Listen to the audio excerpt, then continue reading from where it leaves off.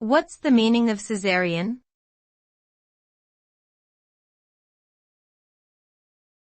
Cesarean.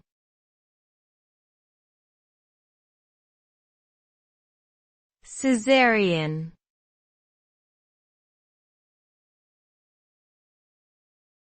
Cesarean.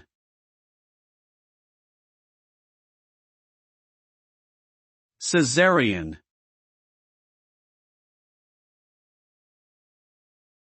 The term cesarean refers to a surgical delivery of a baby through incisions made in the mother's abdomen and uterus.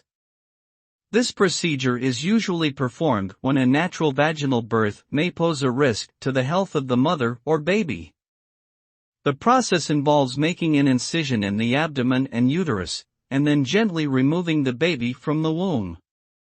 Recovery time for a cesarean delivery is generally longer than that of a natural birth, but it is a safe and effective way to deliver a healthy baby when necessary.